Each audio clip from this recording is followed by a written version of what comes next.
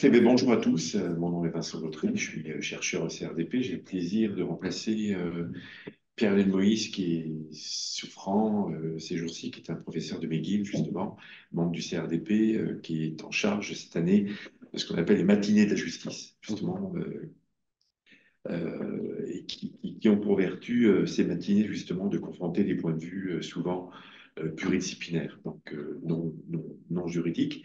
On a le plaisir, suite à une suggestion de notre cher coordonnateur scientifique, Sylvain Lafleur, on a le plaisir d'accueillir Jonathan Durand-Folco, qui est un des co-auteurs d'un livre, Le Capital algorithmique, un livre tout récent, 2023, écrit avec Jonathan Martineau, qui ne pouvait pas être présent aujourd'hui. Un livre important, je dois avouer, je l'ai un peu survolé. Malheureusement, j'ai pas eu. J'ai été un peu averti il y a quelques jours. Ça demande de ce rôle de présidence pour présenter ou de présentation de ce livre. Mais c'est un livre qui rentre beaucoup, comme je vous le disais, Jonathan, dans la lignée de ce que fait le CRDP. D'une part parce que l'IA est un sujet qui nous intéresse beaucoup. D'autant aussi que, deuxième point, l'approche critique je dirais, est un trait commun de ce que je me plais d'appeler l'école de Montréal. Justement, Mhm. ce courant de pensée critique de l'approche positiviste classique qui existait jusqu'alors au Québec et ailleurs, jusque dans les années 80.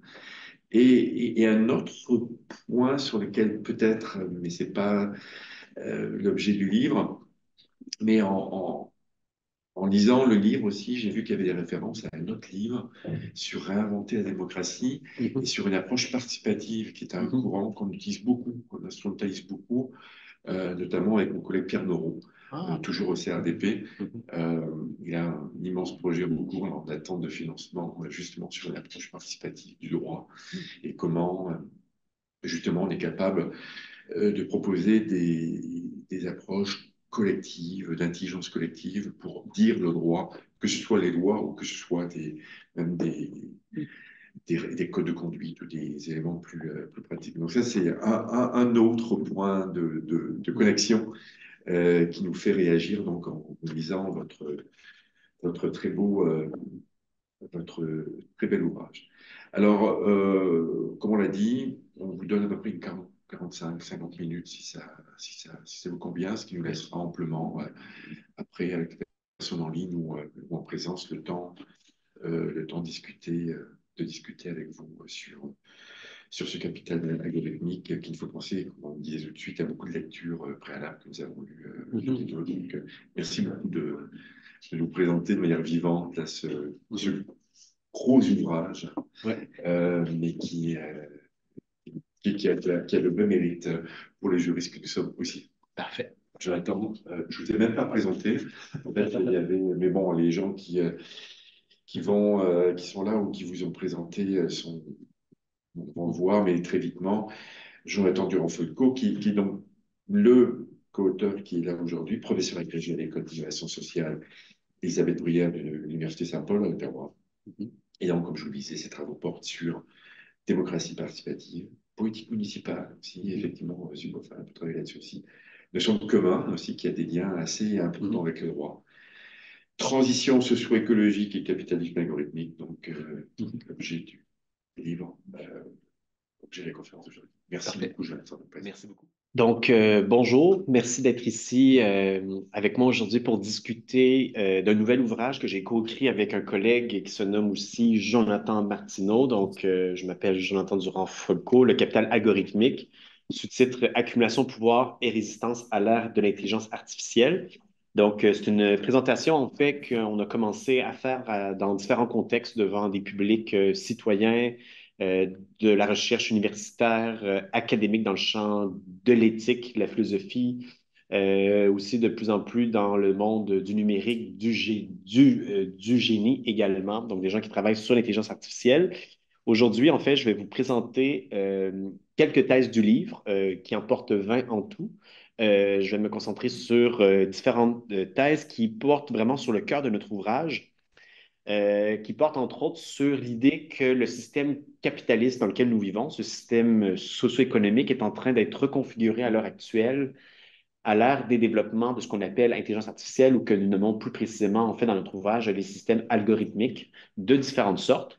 Et les systèmes algorithmiques sont influencés notamment par le modèle d'entreprise, le modèle d'affaires et par des investissements, des structures qui répondent du système économique dans lequel nous vivons. Donc, je vais essayer de présenter les grands traits, en fait, de cette hypothèse centrale de l'ouvrage que nous vivons à l'ère de nouveaux stades du système capitaliste.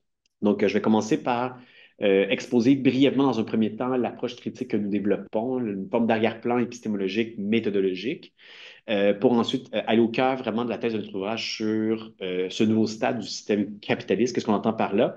Et je vais me concentrer notamment sur le travail algorithmique. Et là, je vois en fait que dans ma présentation, la dernière partie va être légèrement différente. Il y a le travail algorithmique, mais il y a aussi les systèmes décisionnels automatisés qu'on aborde dans la quatrième partie. Ce n'est pas l'impact écologique de l'IA que j'ai fait dans une autre présentation. Donc, je pense que j'ai oublié de changer cette diapositive, mais on va y revenir par la suite. Donc, pour commencer, la théorie critique, qui est un peu l'arrière-plan philosophique, normatif, conceptuel. Ici, je vous ai mis une belle image de Karl Marx, qui est un des auteurs des théories critiques, mais il y en a plusieurs autres. Qu'est-ce qu'on entend par une théorie critique? Trois grands traits. D'une part, une théorie critique amène une forme d'examen systématique rigoureux qui aborde la question des relations de pouvoir, des systèmes de domination, des injustices. On parle parfois de systèmes de pression, de discrimination, donc différents termes. Donc, pour nous, en fait, les théories critiques se distinguent d'autres formes de théories, davantage positives, explicatives, descriptives, non pas dans le fait qu'elles n'ont pas cet aspect descriptif ou explicatif. Il y a cette prétention des théories critiques à expliquer les phénomènes sociaux, mais il y a beaucoup de théories qui sont explicatives, descriptives, qui n'abordent pas de front la question des relations de pouvoir. Donc, pour nous, en fait, aborder cet enjeu fait partie d'une des tâches des théories critiques. Deuxième dimension, les théories critiques sont habituellement, la plupart du temps, dans une approche interdisciplinaire qui étudie la société de façon multidimensionnelle. Donc, certaines théories critiques abordent davantage les enjeux culturels, d'autres la question des discours, d'autres abordent les enjeux économiques ou même la dimension psychologique des phénomènes sociaux. Et pour nous, en fait, c'est bien d'avoir une théorie critique qui est multi, voire transdisciplinaire, capable d'aborder la société dans ses configurations multiples. Et c'est une des formes des théories critiques. Elles ne sont pas cloisonnées dans une seule discipline. Autre dimension, la dimension d'engagement, l'orientation pratique des théories critiques, qui font en sorte que ce ne sont pas des théories qui se veulent uniquement à distance des phénomènes étudiés, mais qui prennent parti par rapport à différents enjeux, qui ont parfois des liens directs ou indirects avec des mouvements sociaux, qui prennent position dans l'espace public par rapport à différents types d'enjeux, et qui a une certaine orientation orientée vers l'émancipation, la transformation de la société pour la rendre plus juste, inclusive, démocratique, écologique et autres. Donc, c'est des théories qui sont à la fois, on pourrait dire, descriptives, explicatives, normatives et engagées, d'une certaine façon. Donc, certaines personnes pourraient dire que c'est des théories militantes. Je pense que ce terme, parfois, militant, ça veut dire on va faire un plaidoyer, parfois avec des affirmations choc, on va chercher à faire pression sur les institutions. La théorie critique se veut un pas de recul quand même par rapport aux approches militantes, parce qu'il y a quand même une prétention, on pourrait dire, scientifique ou d'analyse de la société, mais il y a une forme de dialogue avec des courants qui cherchent à influencer l'organisation des lois de la société dans son ensemble aussi. Donc, ce ne sont pas strictement des théories militantes, quoiqu'elles ont parfois des liens directs ou indirects avec des mouvements qui cherchent la transformation de la société. Donc, c'est un peu cet arrière-plan philosophique que je vais exposer ici. Si vous avez des questions par la suite, je pourrais revenir sur ce point. Les théories critiques sont multiples. Il y a différents courants inspirés de la tradition de Karl Marx, notamment Gramsci, Adorno, Eric Fromm, Marcuse, ce qu'on appelle en fait l'école de Francfort. Donc, on s'inspire beaucoup de différents de ces auteurs dans le cadre de notre ouvrage. On a des pensées féministes notamment, donc on s'est inspiré de certaines autrices aussi qui sont dans ce courant, des approches antiracistes, décoloniales ou l'écologie politique aussi, qui abordent la question des relations de pouvoir entre l'humain et les formes de vie non humaines.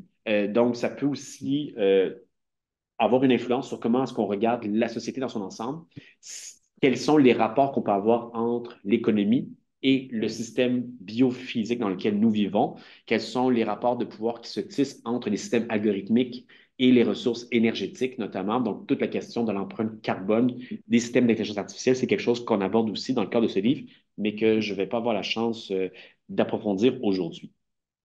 De façon plus précise, en revenant sur le thème de l'ouvrage qui aborde la question de l'intelligence artificielle, il y a quand même quelque chose comme une forme de champ de recherche émergent depuis au moins une dizaine d'années que nous, on appelle en fait les théories critiques de l'IA, de l'intelligence artificielle, avec des travaux en fait qui, ici vous avez l'image de Shoshana Zuboff, qui est une des influences importantes de notre ouvrage.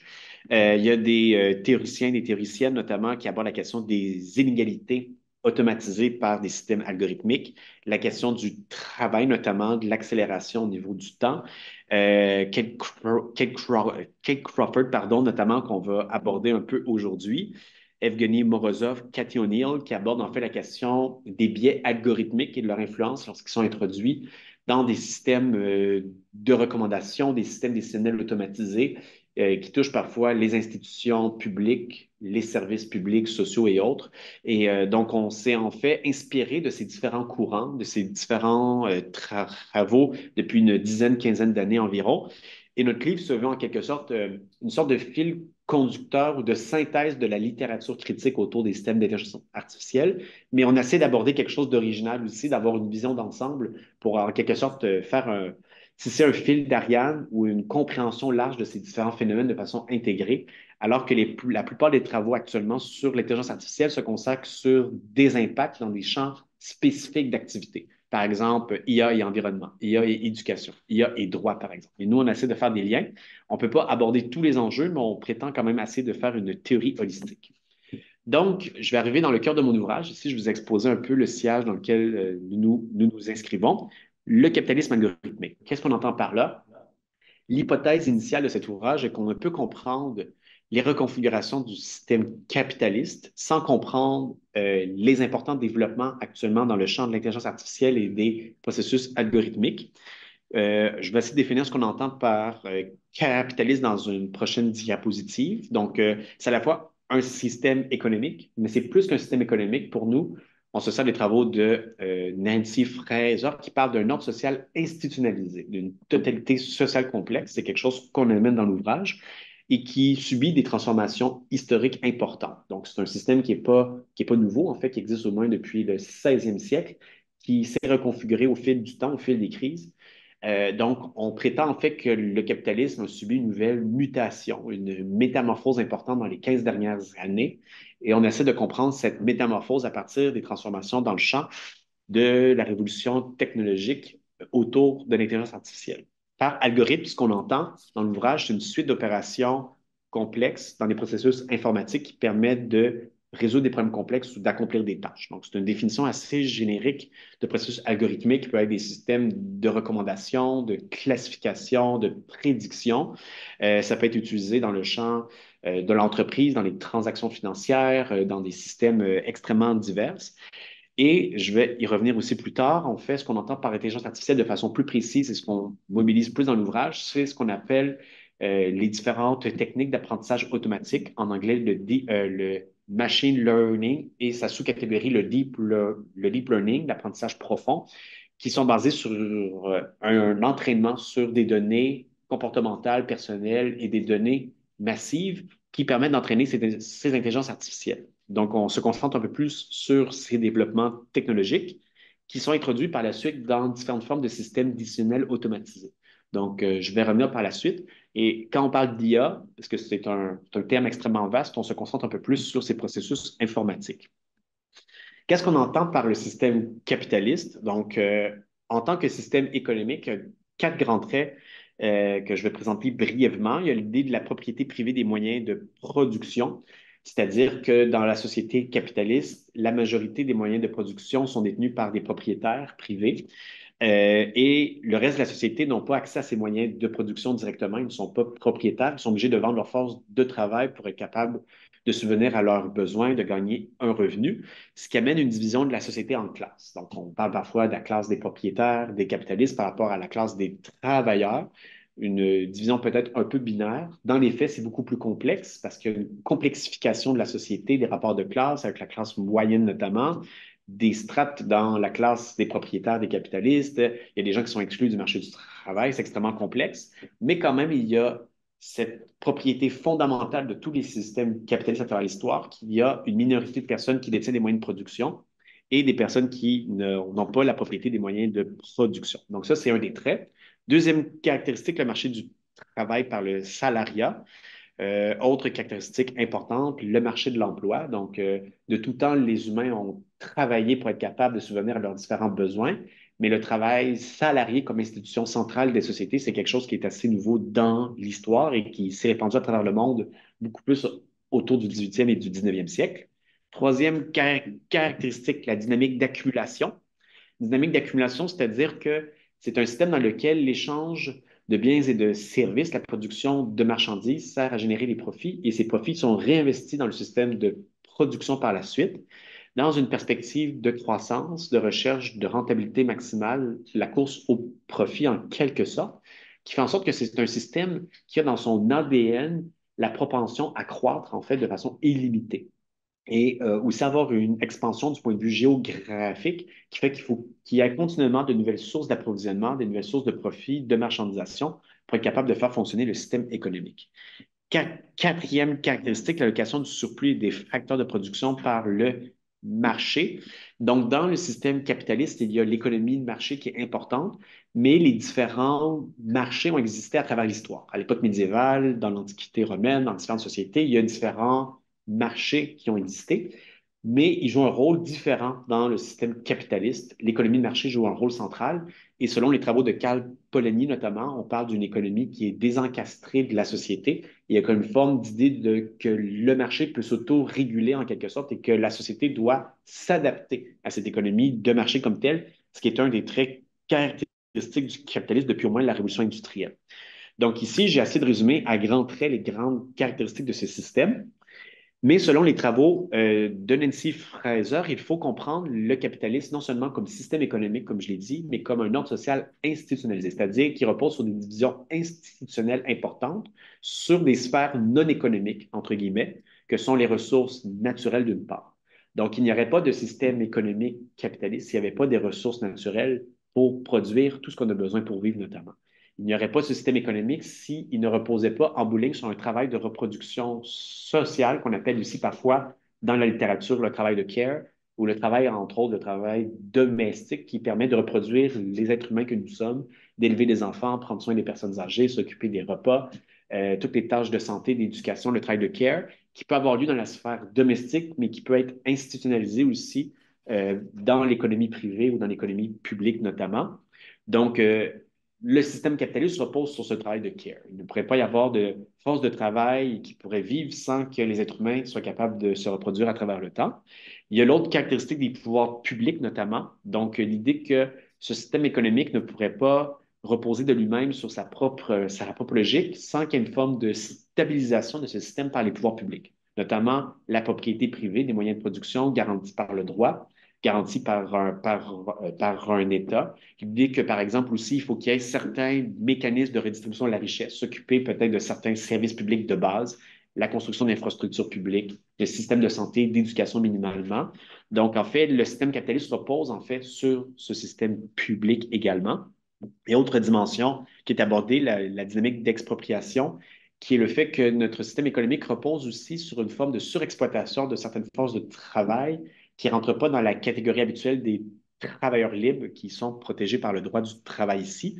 On peut penser, par exemple, dans un contexte contemporain, aux travailleurs étrangers temporaires qui travaillent dans l'agriculture, dans différentes sphères de système de santé, qui viennent travailler ici, qui n'ont pas les mêmes droits qu'une personne citoyenne, et c'est une force de travail qui est exploitée notamment de façon disproportionnée par rapport à ce qui se passe ici.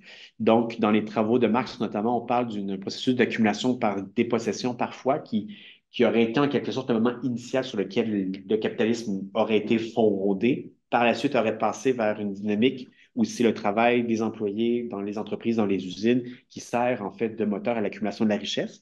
Mais il y a beaucoup de travaux qui montrent en fait que cette dynamique d'accumulation par dépossession ou d'expropriation de certaines terres, de certains services publics ou d'une expropriation de la force de travail comme telle, des formes d'esclavage qui continuent encore à exister au 21e siècle, continue à exister, c'est un des moteurs qui permet l'accumulation de richesses à notre époque. Donc, toutes ces différentes caractéristiques, on les a mobilisées notamment dans nos travaux sur le capitalisme algorithmique parce que ça nous permet de comprendre en quoi ce système, en fait, a des répercussions et articulé avec des sphères de la société. Et les transformations du capitalisme vont forcément avoir des impacts sur le rapport du travail domestique, notamment, avoir des impacts sur les institutions politiques, que ce soit l'administration publique, que ce soit la démocratie notamment, va avoir des répercussions sur l'environnement, sur les rapports d'exploitation entre le Nord et le Sud global aussi. Donc, on veut essayer de voir comment le capitalisme est un système holistique, une forme de société qui a des répercussions larges. Donc, on s'est inspiré des travaux de Nancy Fraser pour ce faire, mais on cherche à la compléter avec d'autres travaux, notamment parce qu'elle a un oubli majeur, elle ne parle pas de technologie ou de conditions matérielles d'accumulation dans le cadre de ses travaux. Et elle a en quelque sorte périodisé ce système économique à travers l'histoire ou cette forme sociale institutionnalisée. Et elle dit que le dernier stade du capitalisme, selon elle, est le capitalisme néolibéral mondialisé, qui s'est en fait développé à grande vitesse depuis les années 1980. Mais nous, on fait ce qu'on dit, ce qu'on prétend, ce qu'on essaie de démontrer dans l'ouvrage, c'est qu'on serait passé vers le nouveau stade de ce système socio-économique. Donc, on se sert en quelque sorte du cadre conceptuel de Nancy Fraser, mais on cherche à le compléter avec la question des conditions de la production économique et des transformations technologiques. Par la suite, en fait, et là, ça permet de faire un saut vers la thèse numéro 4 du livre. La thèse 4, c'est les différents algorithmes sont une machine à extraire, prédire et manipuler. Donc, thèse forte ici, qui s'inspire des travaux de Shoshana Zuboff, qui a écrit The Age of Surveillance Capitalism, qui était une source d'inspiration pour mon co-auteur et moi. Et on reprend dans ce chapitre, en quelque sorte, les grandes thèses de Zuboff. Qu'est-ce qu'elle dit, Zuboff? C'est que à partir du début des années 2000, un nouveau modèle d'affaires a pris forme, le modèle d'affaires de Google, qui permet en quelque sorte de monétiser les données personnelles des différents internautes qui utilisent le moteur de recherche Google Search et qui, en fait, se sert des données personnelles comme une forme de matière brute à exploiter. Pourquoi? Parce que ça permet par la suite de prendre ces différentes données, de les transformer à travers différents processus algorithmiques en nouvelles formes d'enrichissement pour créer des revenus importants. Donc, il y a une expression dans la littérature en IA notamment, Data is the new oil, donc l'idée que les données sont le nouvel or noir, en fait, qui sont une source de richesse extrêmement importante qu'on doit extraire. Pour Shoshana Zuboff, elle dit pourquoi en fait que ces différentes données personnelles ont été utilisées de la sorte. Initialement, quand le moteur de recherche de Google a été lancé, il était capable de produire des résultats extrêmement intéressants en termes de recherche de contenu en ligne, mais le modèle, en fait, ne faisait pas nécessairement beaucoup de profit pour les actionnaires de l'entreprise Google. Et suite à l'éclatement de la bulle de 2001, la bulle .com, les actionnaires ont fait pression en disant, là, il faut que votre modèle d'affaires devienne rentable, vous devez trouver une façon de générer des profits. C'est bien que vous soyez le moteur de recherche le plus populaire au monde, mais comment on pourrait développer des revenus par rapport à ça? Et là, c'est à ce moment que les cofondateurs de Google ont trouvé le moyen d'utiliser ce que Zuboff appelle le surplus comportemental, c'est-à-dire toutes les traces qu'on laisse en ligne, les différents cookies qui permettent de suivre nos comportements en ligne, les sites qu'on fréquente ou ainsi de suite. Google utilise toute cette masse d'informations possibles pour créer des profils et créer des produits prédictifs par la suite qui sont en quelque sorte certaines anticipations de nos comportements futurs en fonction de nos champs d'intérêt, de nos comportements en ligne, de nos préférences et qui permettent de vendre de la publicité ciblée par la suite, donc à différents publics d'annonceurs notamment. Et dans le moteur de recherche, comme vous le savez sans doute, les différents résultats sont sélectionnés par deux processus, des processus algorithmiques qui vont sélectionner le contenu en fonction de la pertinence, mais aussi par des contenus sponsorisés dont les gens achètent pour qu'ils soient en haut de la page de contenu. Donc, ça peut sembler inoffensif et anodin comme suit, mais les travaux de Zuboff permettent de montrer en fait que ce modèle basé sur la publicité ciblée va beaucoup plus loin en fait et est utilisé non seulement par Google, mais par tous les géants du numérique et tend à se généraliser comme modèle d'affaires par les compagnies d'assurance, les constructeurs automobiles, par tout un pan de l'industrie des objets connectés notamment, parce que la production, l'extraction de données personnelles permet par la suite de générer de la valeur de différentes façons. La principale manière, en fait, de générer de la valeur pour Zuboff, c'est de combiner cet impératif d'extraction de données personnelles à un impératif de prédiction des comportements. Ce qu'elle appelle par là, c'est la capacité des systèmes algorithmiques de prévoir nos comportements futurs, que ce soit par des systèmes de recommandation, des nudges, de la publicité ciblée, par des propositions, par des systèmes parfois coercitifs aussi dans certains contextes. Et elle va lier ça à une nouvelle forme de pouvoir qui émerge, qu'elle va en fait nommer le pouvoir instrumentarien, terme un peu étrange que nous, on préfère dans l'ouvrage appeler pouvoir algorithmique, de façon plus simple, on pourrait dire. Et elle va définir le pouvoir instrumentalien comme une instrumentation du comportement à des fins de modification, de prédiction, de monétisation et de contrôle. Elle va donner par exemple l'exemple du jeu vidéo Pokémon Go, un jeu de réalité augmentée basé sur un partenariat avec la compagnie Nintendo qui permettait à différentes personnes de se promener dans l'espace urbain et d'essayer d'attraper des Pokémon. Mais elle va dire, par exemple, les compagnies avaient la possibilité de dire, bien, on va mettre des Pokémon devant la pizzeria ici pour amener des gens à acheter, par exemple, de la pizza parce qu'ils vont passer proche de ça. Et ça a été en quelque sorte une certaine simulation, un laboratoire vivant, elle va dire, de société de contrôle qui se met présentement en place parce que des milliers de personnes sont allées fréquenter les lieux directement sans se faire dire quoi faire, mais en même temps par des propositions à travers ce système.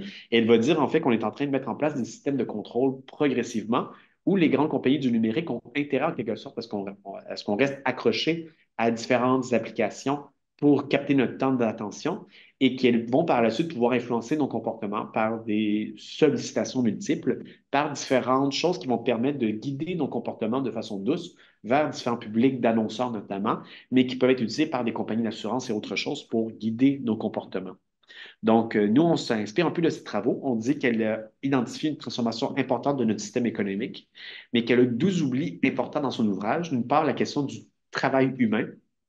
Les travaux de Zuboff, notamment son titre, en fait, le capitalisme de surveillance, met l'accent sur la tension entre des géants du numérique qui, en quelque sorte, surveillent nos comportements par différentes applications et la protection de la vie privée, la protection de la vie privée contre des systèmes de surveillance, qui est un des pôles importants de cette reconfiguration économique. Mais nous, on dit que le capitalisme algorithmique est beaucoup plus vaste, en fait, a des implications très larges.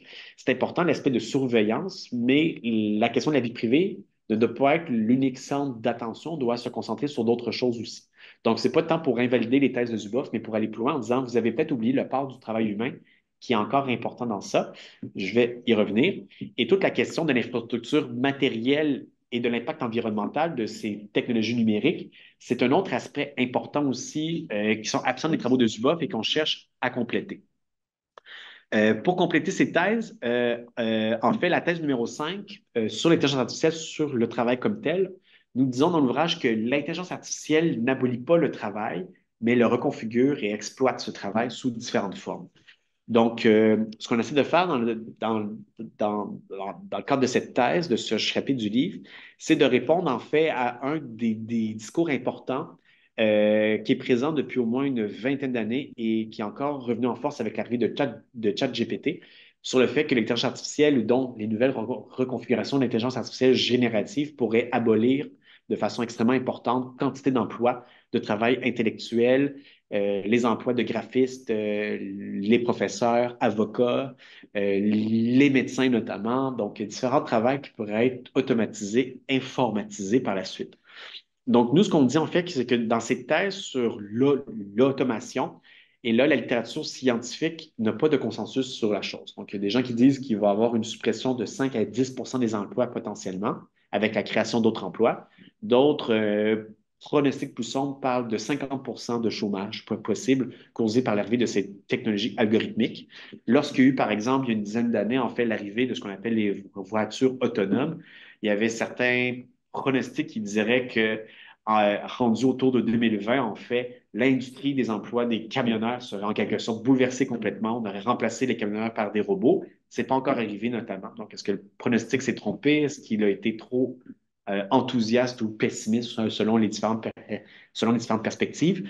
Pour nous, en fait, on remet en question cette idée d'un chômage technologique massif parce que l'arrivée de l'automatisation, telle qu'elle se présente actuellement dans la sphère des entreprises, à différentes vitesses, à différentes configurations, implique plutôt une intensification du processus de travail comme tel. Donc, les niveaux de productivité qu'on est capable d'avoir avec des systèmes d'intelligence artificielle, elles ne servent pas d'abord à libérer du temps de travail pour les employés, mais plutôt à générer davantage de profits, de revenus. Par exemple, si vous êtes capable d'accomplir davantage de tâches avec une intelligence artificielle comme ChatGPT, pour prendre un exemple, que vous pourrez répondre à plus de courriels, produire plus de demandes de subventions, être capable de coder davantage de code pour différents éléments. On ne va pas vous dire, parfait, vous pouvez maintenant baisser votre semaine de travail à 2, 3 jours par semaine. On va vous demander de travailler davantage, notamment. Et cette intensification du travail, on peut la voir dans différents contextes. Assez récemment, c'est un exemple qu'on ne prend pas dans le livre, mais qu'on pouvait anticiper aussi dans des chaînes de nourriture à la chaîne, dont Taco Bell, McDonald's, KFC notamment. Il y a des systèmes algorithmiques à la caisse qui permettent, par exemple, de surveiller le comportement des employés pour qu'ils vendent davantage de produits, de suppléments, un chausson avec ça, voulez-vous un produit, et on est capable de calculer le temps en direct pour voir est-ce que l'employé est productif ou non, le niveau de performance. Donc, des systèmes de contrôle de surveillance existaient avant l'arrivée de l'intelligence artificielle, mais ils sont en quelque sorte repris, reconfigurés par ces dispositifs algorithmiques. Et on parle en fait, il y a la littérature sur la gestion algorithmique du travail qui est utilisée pour augmenter l'intensification de la production notamment. Donc, ça, c'est une des choses. Deuxième élément, il y a des nouveaux rapports de pouvoir dans la sphère des employés, notamment du travail. On peut l'observer dans différents contextes. Là, ça dépend dans l'économie de service, dans l'économie industrielle, l'économie agricole notamment. Nouveau rapport de pouvoir qui oppose non seulement comment est-ce que les différents cadres gestionnaires utilisent ces technologies algorithmiques par rapport à des employés de base, dans le fond, de niveau inférieur, comment un travail de supervision peut être fait par le conseil d'administration des entreprises face à la direction générale ou aux autres employés, mais aussi comment dans certains contextes, certains géants du numérique qui contrôlent les moyens de production algorithmiques, ces différentes technologies, peuvent avoir un pouvoir face à différentes entreprises. Donc, le fait que de plus en plus d'organisations dépendent notamment de services d'info nuagique, de cloud, dépendent de systèmes algorithmiques divers auprès de géants comme Apple, Meta, Facebook, en fait, Meta, Amazon et autres, fait en sorte qu'il y a un niveau de dépendance de certaines entreprises ou organisations publiques face à des grandes entreprises technologiques. Donc, ça implique des formes de reconfiguration du travail. Autre élément aussi, d'après nous, qui est extrêmement important, puis je vais conclure en fait sur la thèse 5 pour ça, c'est la question du travail algorithmique. Donc, qu'est-ce qu'on entend par là, le travail algorithmique? C'est quatre différentes phases du travail qui sont reconfigurées par l'intelligence artificielle, notamment le travail digital. Le travail digital, c'est quoi? En anglais, le terme digital labor est employé pour parler de différentes choses, dont le travail du clic notamment. Par exemple, pour entraîner une intelligence artificielle comme ChatGPT, il y a évidemment des programmeurs, des informaticiens qui travaillent pour OpenAI, qui font le développement d'algorithmes de large modèles de langage. Mais il y a aussi, en fait, pour entraîner ces différents algorithmes pour qu'ils soient éthiques, qu'ils ne reproduisent pas de propos haineux, discriminatoires, violents, racistes ou autres, la compagnie OpenAI a engagé une entreprise sous-traitante qui s'appelle Sama, qui a employé des milliers de travailleurs kenyans à 2 $ de l'heure pour qu'ils puissent entraîner, étiqueter différentes données pour faire en sorte que l'intelligence artificielle soit capable de reconnaître des propos haineux, violents et soit capable d'opérer un filtre par la suite. Et ce genre de travail du clic, il y a une reconfiguration du travail de plus en plus. C'est un travail qui est souvent précarisé, qui est externalisé vers des pays du Sud. Donc, il y a des anciennes usines reconverties dans la région, par exemple, de Madagascar, en fait, où il y a différentes armées de travailleurs du clic qui travaillent pour entraîner des intelligences artificielles pour faire des recommandations sur des sites de restaurants, par exemple, qu'on voit sur Google, par exemple Maps. On voit différents restaurants avec des codes. Il y a plusieurs internautes qui font ça, mais il y a tout un travail qui est fait pour faire étiqueter, entraîner différentes machines d'intelligence artificielle. Il y a tout ce travail du clic qui émerge. Il y a d'autres formes du travail du clic, le travail à la demande, donc avec les différentes plateformes numériques comme Uber, par exemple. Donc, c'est un travail, en fait, qui sert à conduire des usagers d'un point A vers un point B, mais c'est un travail qui dépend de la plateforme numérique d'Uber, qui produit de la donnée comme telle, et ça rentre, en fait, comme une forme du travail algorithmique.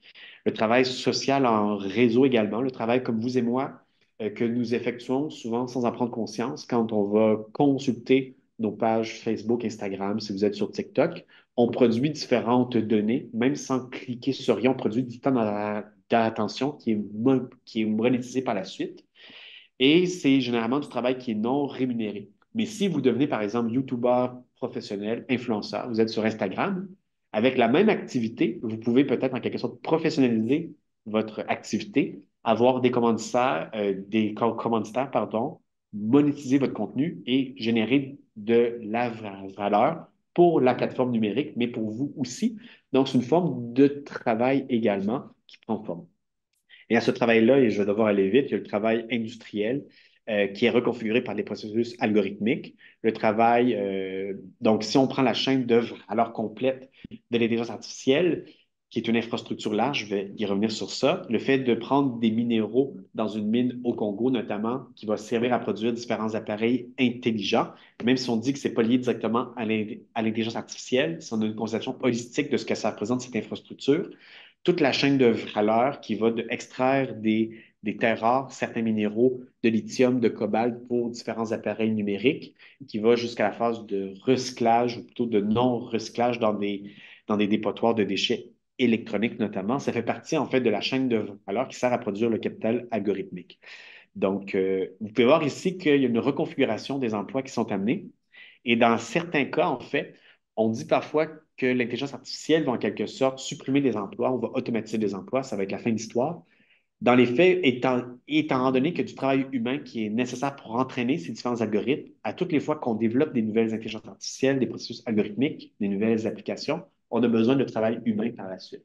Donc, plus qu'on croit qu'on va automatiser des tâches, on va toujours devoir euh, créer des nouveaux emplois ou des nouvelles formes de travail du clic qui va faire en sorte que le travail humain est quand même indispensable. Il va devoir être présent jusqu'au bout du processus, ce qui fait en sorte que l'utopie d'une société de loisirs pour tout le monde, on pourrait en quelque sorte automatiser la plupart des emplois pénibles, ne risque de pas de se produire, du moins dans les prochaines années. Je vais maintenant revenir à la thèse de Kate Crawford à propos de la conception matérialiste de l'intelligence artificielle qu'elle déploie dans son livre The Atlas of AI, qui a été traduit en français comme le contre-atlas de l'IA. Elle dit notamment qu'on peut définir l'intelligence artificielle par des processus informatiques, l'apprentissage automatique, comme je l'ai dit, l'apprentissage profond, différents outils algorithmiques. On parle parfois de machines intelligentes.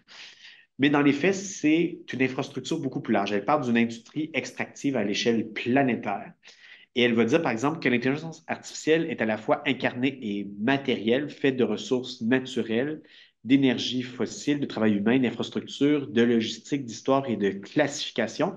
Donc, c'est une forme d'assemblage complexe. Et c'est une euh, disons, des conceptions de l'IA qu'on prend dans notre livre parce qu'on veut voir comment cette intelligence artificielle se déploie dans un vaste réseau de data centers notamment, d'entreprises qui les développent, de sous-traitants. Et c'est vraiment une division internationale du travail qui est impliquée dans le déploiement de cette infrastructure algorithmique. Donc, nous, on reprend les thèses de Kate Crawford qu'on a découvert durant la rédaction de cet ouvrage et on cherche à la compléter avec une théorie globale du système capitaliste. Donc là, maintenant, j'arrive avec ces différents éléments, donc c'est les thèses qu'on déploie dans le livre, à l'hypothèse du capital algorithmique comme nouveau stade du système capitaliste. Donc, nous, ce qu'on dit, c'est qu'il se passe quelque chose au début des années 2000, mais qui se cristallise dans le tournant de 2007 à 2010, qui est l'idée que l'arrivée du big data, du machine learning, donc l'apprentissage automatique, l'arrivée des plateformes numériques comme modèle d'entreprise, la généralisation du digital labor qui existait à peine auparavant, mais qui s'est généralisé à partir de ce moment, jumelé à la crise du néolibéralisme avec la crise financière de 2007-2008, amène en quelque sorte une crise importante où se reconfigure le système économique. Une des hypothèses de ça, c'est de dire qu'il y a une transformation dans les conditions générales de la production économique, c'est-à-dire les technologies, institutions et les différentes pratiques qui constituent l'environnement dans lequel prend forme la production capitaliste a un impact. Et on va parfois parler, en fait, AI is the new electricity. Donc, c'est quelque chose, en fait, qu'on peut implanter dans différents domaines qui va permettre d'augmenter la productivité et la croissance économique. Donc, nous, on dit qu'il y a quelque chose qui se passe à ce niveau et se met en place simultanément quelque chose comme le capital algorithmique qui est pour nous à la fois une dynamique d'accumulation Je vais essayer de préciser ce qu'on entend par là. C'est une médiation qui régule les interactions humaines. Donc, c'est un rapport social entre êtres humains médiatisé par des processus algorithmiques et aussi, et c'est également une nouvelle forme de pouvoir, je l'ai évoqué plus tôt, une forme de pouvoir algorithmique qui se met en place. Donc, pour nous, en fait, on utilise de façon parfois équivoque, mais on essaie de préciser le sens dans notre ouvrage. Le capital algorithmique, c'est une façon d'accumuler de la richesse. C'est à la fois une façon de réguler les interactions humaines et c'est aussi une forme de pouvoir qui confère du pouvoir à diverses entités par rapport à d'autres. Pour essayer de situer historiquement ce processus, donc, on a un tableau dans l'ouvrage où on essaie de situer, par exemple, l'évolution du capitalisme algorithmique par rapport au capitalisme industriel au 19e siècle. Il y a deux grandes périodes qu'on pourrait caractériser époque de production, que sont le capitalisme industriel d'un côté et le capitalisme numérique. Mais le terme de capitalisme numérique fait référence à une période depuis qu'il y a l'arrivée des ordinateurs personnels, des réseaux de télécommunications massives, l'informatique s'est déployée. Ça remonte aux années 70, 80, 90. Mais pour nous, il y a quelque chose de différent, de nouveau qui émerge à partir des années 2007 à 2010 environ, qui est le capitalisme algorithmique basé sur l'IA, basé sur le cloud, les données massives, les différentes plateformes numériques, alors que la période précédente, celle des années 70 à 2010, correspond dans la littérature sur les phases du système capitaliste aux phases du capitalisme néolibéral financiarisé, mondialisé. Donc ici, j'ai un certain tableau ici qui fait un petit aperçu visuel de cette périodisation du système capitaliste à travers l'histoire et qui évolue en fait sous différentes formes, notamment dans les formes d'entreprises dominantes, dans les formes du travail, dans les moteurs d'accumulation, dans les types de capitaux dominants. Et à chaque époque, il ne faut pas voir que une substitution de nouveaux modèles par rapport à l'ancien, il y a plutôt une addition de nouvelles composantes qui reconfigurent ce qui existait avant. Par exemple, le capital financier, industriel, commercial continue d'exister, mais ils sont en quelque sorte articulés à l'arrivée du capital algorithmique, qui est quelque chose de nouveau qui n'existait pas il y a une vingtaine, trentaine d'années à peine. Donc, il y a quelque chose de nouveau qui émerge. Et si on regarde par la suite dans les formes de relations de classe, les dynamiques dominantes, les formes institutionnelles aussi, il y a des reconfigurations importantes, notamment dans la forme étatique. Donc, on allait voir dans l'ouvrage, en fait, les transformations des technologies algorithmiques dans la sphère de l'administration publique, l'armée, la police notamment, dans la sphère de la vie politique des démocraties libérales représentatives. On vit encore dans une forme d'État néolibéral, en fait, donc une forme d'État qui a été influencée par la nouvelle gestion publique, puis par la logique entrepreneuriale notamment. Mais il y a quelque chose qui se surajoute avec l'arrivée de technologies algorithmiques qui peuvent des fois être explicitées par exemple, si on regarde du côté de la Chine, avec une intégration extrêmement forte des technologies de contrôle algorithmique dans les institutions politiques. Donc, ma présentation achève. J'ai trois autres diapositives ici. Un des signes, en fait, que cette reconfiguration socio-économique qu'on développe dans le livre, c'est que les plus grandes entreprises au monde actuellement, les entreprises les plus capitalisées en bourse, sont des géants du numérique. Avant la crise de 2007-2008, c'était principalement des compagnies financières, des géants du pétrole notamment ou du gaz, des banques, des caisses d'investissement. Mais maintenant, en fait, on voit que dans le top 10 des plus grandes entreprises mondiales, c'est presque toutes, en fait, des entreprises numériques depuis au moins 2016. Et lorsqu'on est arrivé à la crise de la COVID-19, avec le grand confinement, il y a eu vraiment une accélération de cet écart entre les géants du numérique et le reste de l'économie. La plupart des entreprises des géants du numérique, on nomme GAFAM pour Google, Apple, Amazon, Facebook, Microsoft. Il faudrait nommer AMAM maintenant parce que c'est rendu Alphabet, Meta et autres. Elles sont aussi de plus en plus concurrencées par des géants du numérique au niveau de la Chine, Baidu, Tencent notamment, des géants des superconducteurs aussi. Il y a encore évidemment des compagnies de cartes de crédit, des compagnies pétrolières, des institutions financières extrêmement importantes qui génèrent encore beaucoup de profits. Mais pour nous, c'est un des indicateurs en fait que les géants du numérique qui contrôlent l'extraction de données personnelles, qui produisent de plus en plus l'intelligence artificielle, en fait, sont des géants du numérique qui bénéficient de ce modèle d'affaires pour pouvoir générer des profits. Donc, en résumé, ce qu'on amène, je me répète un peu, le capitalisme algorithmique prend forme à l'issue de quatre processus différents. Une révolution technologique par l'arrivée du cloud, du big data, des téléphones intelligents, les smartphones, notamment Apple 2007 arrive, permet en fait la production massive de données comportementales. Le machine learning qui s'accélère au début des années 2000, il y a plusieurs innovations qui sont amenées. Le deep learning, début des années 2010, vraiment, c'est les technologies qui permettent en quelque sorte la convergence de Klaus Schwab, que lui appelle la quatrième révolution industrielle. Donc, une révolution industrielle qui se met en place. Au même moment, la crise économique du néolibéralisme amène une crise de légitimité du modèle néolibéral. Dans notre texte, en fait, on s'est fait critiquer à différents moments de dire que le néolibéralisme était derrière nous, ça n'existait plus, c'était en quelque sorte dépassé, remplacé par le capital algorithmique. Pour nous, le néolibéralisme continue d'exister encore. Il est encore présent, encore visible dans les modes de pensée, dans la gestion des institutions publiques, des façons dont on fait des programmes d'austérité. Plusieurs gouvernements à travers le monde se réclament encore de cette vision du monde de façon explicite ou non. Mais pour nous, il y a quelque chose de nouveau qui se surajoute et le modèle néolibéral n'est plus aussi influent qu'il était avant. Il est en quelque sorte repris, complexifié par l'arrivée de la logique algorithmique, le modèle d'affaires des plateformes numériques, comme je l'ai dit, et la dynamique d'accumulation. Puis je vais conclure ma présentation avec ce point. Comment est extrait le capital algorithmique? Donc, dans le chapitre numéro 7, c'est là qu'on va vraiment au cœur du processus d'accumulation. Ce qu'on dit en fait, comment fonctionne le capital algorithmique basé sur trois processus. La datatification, donc c'est l'idée en fait, au-delà de numériser des contenus, c'est comment on transforme des contenus déjà numériques en données personnelles qui sont utilisées pour créer des produits prédictifs par la suite. Donc, c'est un terme, le big data en fait a été utilisé la première fois, le big data, je pense, autour de 2010-2011. La datafication, c'est un terme autour de 2013 qui apparaît comme étant comment est-ce qu'on fait pour produire des données massives notamment. Et après ça, simultanément, ces données massives sont utilisées à travers l'apprentissage automatique. Donc, je l'ai évoqué plus tôt. L'IA a une très, très longue histoire. Je ne vais pas faire l'histoire de l'IA ici. Elle remonte aux années 50 notamment. Avant, il y avait les systèmes experts basés sur des règles, notamment qui étaient les systèmes les plus utilisés. Mais à partir de la fin des années 90, début 2000, avec l'arrivée de l'info nuagique, avec l'arrivée des données massives, en fait, l'approche, en fait, la philosophie et les techniques d'apprentissage automatique prennent le relais. Et depuis 2017, en fait,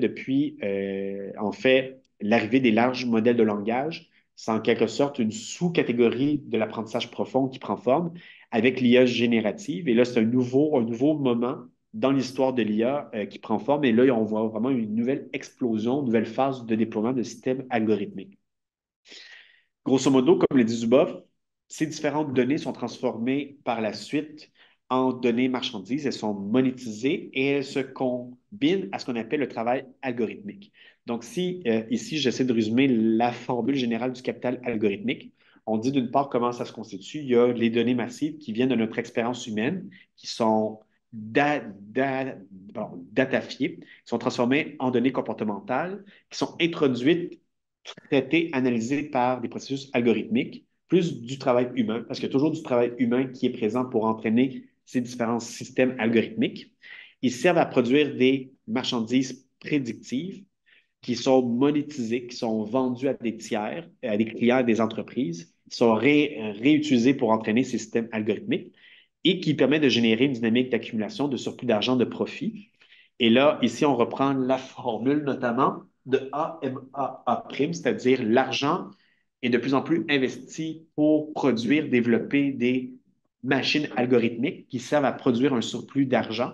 Et ce surplus d'argent A' sert par la suite à racheter et à développer davantage de processus algorithmiques qui servent à générer des profits. Et c'est une boucle de rétroaction. Puis la forme la plus abstraite générale du capital algorithmique, c'est ça, c'est prendre de l'argent pour développer des systèmes algorithmiques qui vont générer de l'argent, qui nous permet de développer davantage de systèmes algorithmiques et ainsi de suite. Donc, ça a l'air un peu bête ou un peu simple, mais c'est l'idée générale du capital algorithmique qui combine la dynamique capitaliste habituelle, production de marchandises pour générer des profits, pour réinvestir, pour produire davantage de marchandises, mais qui est reconfigurée par des systèmes algorithmiques. Ce que ça amène, et là, je vais bientôt conclure, j'arrive à au moins 50 minutes de ma présentation, donc je vais essayer de conclure.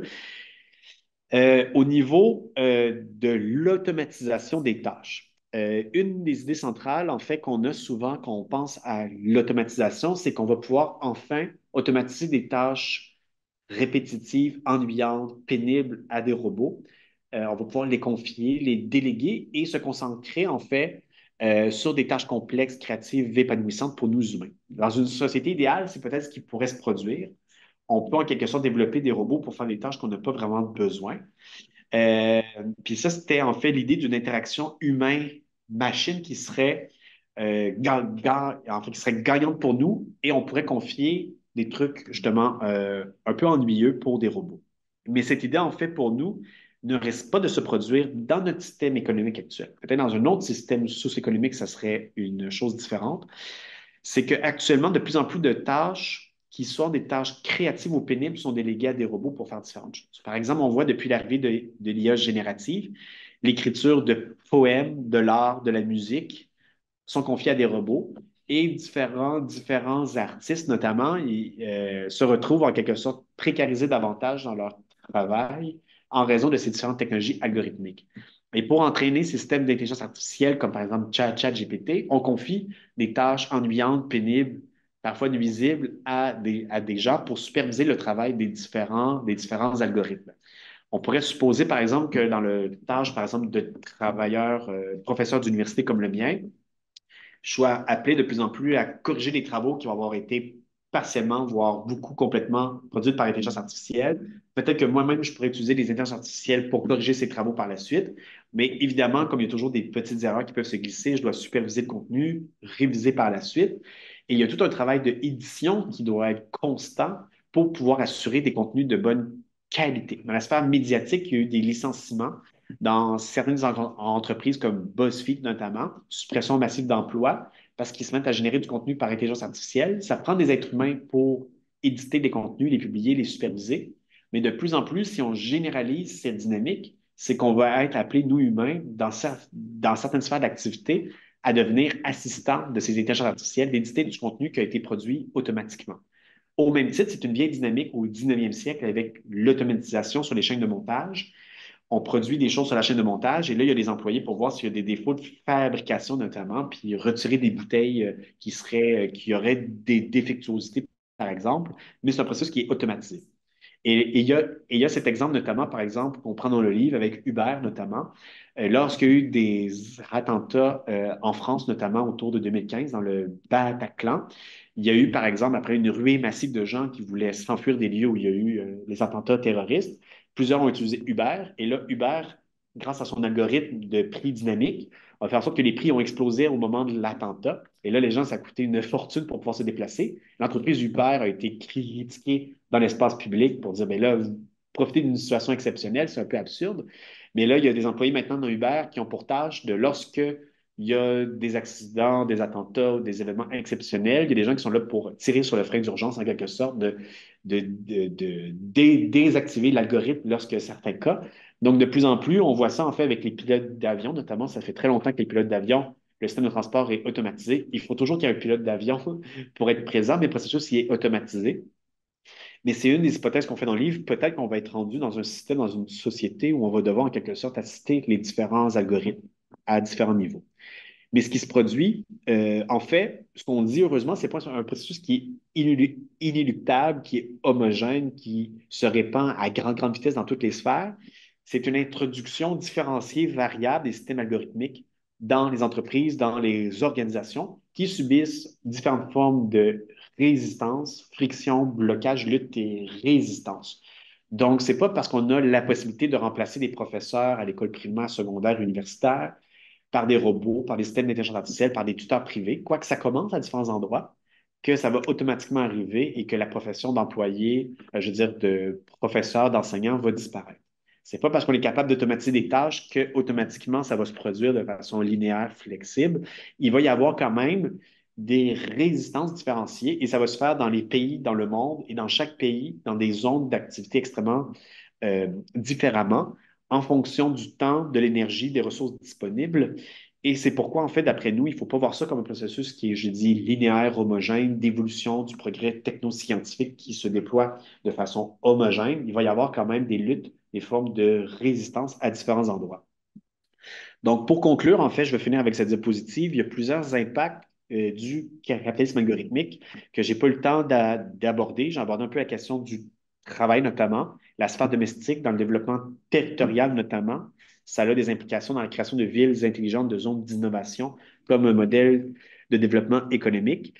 Le capital algorithmique a les importantes aussi perturbations au niveau des systèmes démocratiques, pour le meilleur et pour le pire. Au niveau des relations internationales, notamment, une certaine course aux armements entre certaines superpuissances, dont les États-Unis et la Chine notamment, au niveau de l'environnement. Donc, c'est différentes choses qu'on aborde dans le cadre de notre livre. Et je vais conclure avec ça. Je n'ai pas le temps d'aborder ces détails, mais peut-être que vous avez des questions pour moi, pour les gens en ligne ou pour les gens ici en salle. Merci beaucoup. Dans votre point 5, Oui. semblez dire que c'est quelque chose qui ne va pas nécessairement libérer le travailleur dans sa relation, mais qu'est-ce qu'il y en est disons, autour d'un travailleur qui n'a pas vraiment accès à l'éducation en général? Oui. Est-ce que les grands modèles de langage, ça peut être un outil pour lui, justement, pour se libérer d'un certain travail qui pourrait. Ma question, en fond, c'est est-ce que vous pensez que ça peut être aussi un outil pour justement se générer une expertise sans avoir à passer par le milieu scolaire, qui peut être vraiment coûteux pour certains? Est-ce que ça permet également à certains travailleurs de se trouver une nouvelle fonction, de trouver une fonction qui est peut-être plus valorisante pour eux? Très bonne question. Puis on n'aborde pas ça beaucoup dans le livre, on en parle un peu. L'hypothèse que moi je fais, mon co-auteur aussi, c'est que l'intelligence artificielle a un double effet, un effet de démocratisation, peut-être qu'il va dans ce sens-là, puis un effet de concentration du pouvoir aussi. Puis les deux sont parfois interreliés. Effet de démocratisation, notamment parce qu'on est capable de faire un plus grand nombre de choses, de tâches, alors qu'avant, ça prenait des savoirs très concrets spécialisés. Par exemple, faire la programmation. Peut-être maintenant, on peut programmer avec du langage naturel, puis moi, je pourrais commencer à programmer moi-même sans avoir suivi des cours, par exemple. Ou je peux peut-être produire des articles scientifiques. Mais là, je pense que les enjeux à ce niveau-là, au niveau de la vérification des données, le problème de hallucination qu'on aborde un peu dans le livre, mais qui fait pour vérifier l'information qui est là. Mais c'est vrai que plusieurs personnes pourraient l'utiliser pour faire de l'art, pour exercer des tâches, alors que ça demandait auparavant une formation professionnelle longue, coûteuse et ainsi de suite. Puis je pense que ce déploiement qui est fait, en même temps, un des enjeux, c'est que le fait d'utiliser ces outils pour exercer une pluralité de tâches se retrouve dans des systèmes informatiques dont le contrôle, la propriété repose sur un certain petit nombre d'entreprises, puis les outils de travail comme tels, si l'algorithme change, s'il devient payant, s'il y a des conditions d'utilisation ou au niveau de la confidentialité des différentes données, les différentes personnes qui vont se mettre à travailler avec ces outils n'auront pas la propriété en fait de leur outil de travail de plus en plus. Et ça fait en sorte que ces grandes compagnies-là ont une influence extrêmement grande sur des pans de plus en plus larges de notre économie. Donc, c'est l'effet de concentration de pouvoir. Puis au même titre, il y a une autre dynamique similaire qu'on aborde un peu dans le livre avec les plateformes numériques et les médias sociaux. Lorsque les médias sociaux, Twitter, Facebook, Instagram sont arrivés, il y avait beaucoup d'espoir en termes de démocratisation de l'espace public. Il y a un plus grand nombre de personnes qui peuvent prendre la parole, exprimer leur opinion, leur idée, puissent faire entendre leur voix. Et ça a été le cas, en fait. Donc, on a parlé, par exemple, du printemps arabe, mouvement Occupy Wall Street ou différents mouvements avec les technologies qui avaient un potentiel de démocratisation important. Puis pour nous, en fait, c'est un des effets concrets. Ça permet de démocratiser l'espace public, ou du moins cet accès, alors que souvent, c'était les mêmes personnes qui étaient invitées dans les grands plateaux de tournage à la radio, télévision, et ainsi de suite. Par exemple, le contre-effet de ça, qui est un peu concomitant, c'est la concentration du pouvoir dans un petit nombre d'entreprises qui contrôlent maintenant l'espace public indirectement, ce que les gens voient, entre autres. Et aussi le fait que cet espace public est démocratisé, ça permet une plus grande circulation de l'information, mais ça augmente la circulation de la désinformation aussi. Et là, les pouvoirs autoritaires, différentes compagnies se mettent à utiliser ces différents médias pour influencer l'opinion publique. Et là, c'est un peu le retour du balancier que l'effet de démocratisation s'accompagne d'un effet de fragmentation de l'espace public, de concentration du pouvoir. Et là, ça amène un effet de perturbation. Puis d'après moi, je pense qu'avec l'IA, ça va être un peu les deux. Un plus grand nombre de personnes vont pouvoir faire de l'art, de la musique, faire des tâches complexes. En même temps, les gens qui exerçaient certaines catégories d'emploi, s'il n'y a pas de système économique parallèle qui permette d'assurer une forme de modernisation de la sécurité d'emploi, le régime des intermittents du spectacle ou le régime de protection du travail artistique notamment, ou qu'il y a un sous-financement de la culture, s'il n'y a pas de revenus de base pour tout le monde, il va y avoir une précarisation en fait de beaucoup de tâches qui étaient là avant, qui fait qu'un effet que l'art maintenant va être automatisé davantage par des compagnies qui vont en faire davantage. Donc, il y a comme un effet ambivalent complexe qui est amené. Puis on essaie d'amener ça dans le livre. On se concentre davantage peut-être sur les enjeux, les problèmes, les choses négatives qui arrivent, mais il y a aussi les effets positifs qui se présentent à la fois aussi. Donc, je ne sais pas si je réponds bien à la question, je fais des digressions, mais pour nous, il y a les deux en fait qui arrivent. Ouais. Est-ce qu'il y a des questions ici? On en a plein. Oui, plein. J'ai plein de commentaires aussi, si Oui. vous me permettez. Vous pouvez, sans doute. Comme dans votre début de présentation, moi j'étais amusé par votre approche marxiste qui est très à la mode. Je ne sais pas si... Il y a un certain retour. C'était Il y a disparu il y a 10 ans, retour, maintenant il y mais a un retour à la mode. moi, il y a un auteur qui est très critiqué, très ambivalent, mais on voit que c'est un ancien marxiste que je ne connais pas bien, mais que j'écoute parce que je le trouve profond sur certains points. C'est euh, Emmanuel Todd. Oui. Emmanuel Todd est beaucoup dans le rapport de force. Lui, une grande spécialiste de la famille. Depuis toujours, en fait, n'a jamais quitté l'analyse des rapports de force. Mais une chose qui m'a amusé dans votre propos, en fait, c'est que comment les critères d'évaluation du FRQ, les Québécois de la recherche, sont ultra marxistes, en fait, sur les rapports de force envisagés, l'approche pluridisciplinaire obligatoire, le lien avec la pratique est indispensable. Donc, ces trois points. C'est vrai, d'une certaine façon, c'est refus de la neutralité. Moi, je le trouvais énormément quand on va faire. C'est ça, c'est pas très intéressant. Je vous disais un petit peu juste avant la présentation, on a énormément d'acteurs, d'auteurs communs. Et puis, il y a un certain nombre qui ont été invités par Labo, Morozov, par exemple, avant, qui vient en Europe. Supio, Allez, Supio, ouais. Qui est quelqu'un d'indispensable. Mais il y en a beaucoup de ceux que vous avez dit. Cassilly, au début, je dis pourquoi il ne parle pas de Cassilly, puis Cassilly avec le travail, un peu avec les formes du travail du clic, digital labor, ouais, c'est ça. Qui est très présent là-dedans. Moi, il y a Ellul, Polony, vous l'avez cité après dans votre présentation, c'est par exemple un auteur sur lequel Jérémy Eclef a beaucoup travaillé. Moi, il y avait Ellul qui va tellement vous parler dans ce rapport au capitalisme, dans ce rapport aux technologies. Et à cet égard-là, je me sentais très... Je me questionne beaucoup aussi sur est-ce que cette révolution que vous évoquez, c'est plus la globalisation ou plus la techno? Et en fait, moi, je ne pense pas qu'il y ait d'opposition, puis je ne pense pas que vous en donnez, mais il y a vraiment des auteurs qui centralisent sur l'influence de la globalisation. Je pense à Rémi Michael, justement, dans ce livre sur une possible histoire de la dent. Puis il y a beaucoup d'auteurs, dont moi, je fais plus partie, comme vous, apparemment, vous deux.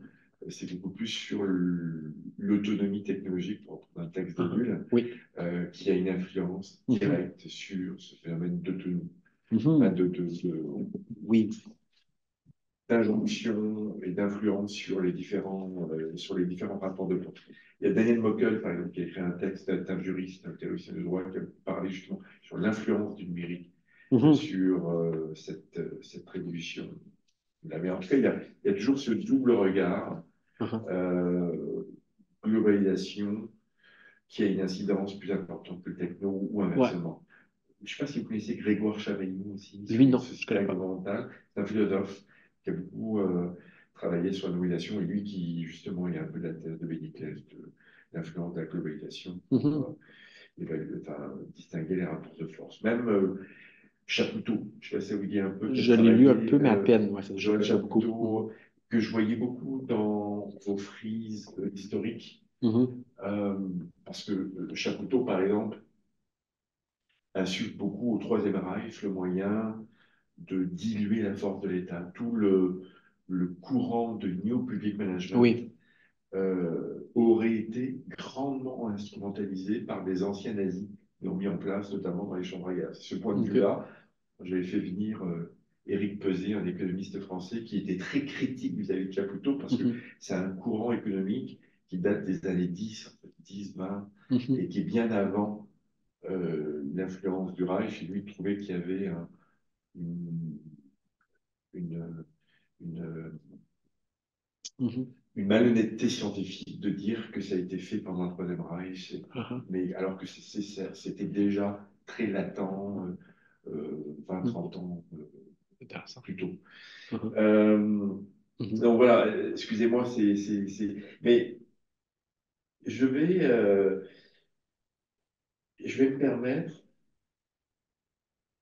parce que c'est comme ça qu'on avance. Mhm. Moi, j'ai adoré votre présentation, j'aime beaucoup, mais je vais quand même y aller avec une critique. Allez-y. Oui. Je vais Et voir. puis, exactement comme vous faites sur les trois autrices, Mhm. trois femmes, euh, Fraser, que je connais moins bien, mais Zuboff et Crawford.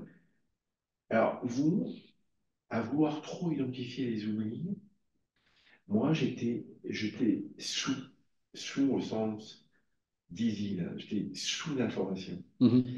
Vos 20 thèses me, me, me, me désorientent Mhm. parce que c'est trop.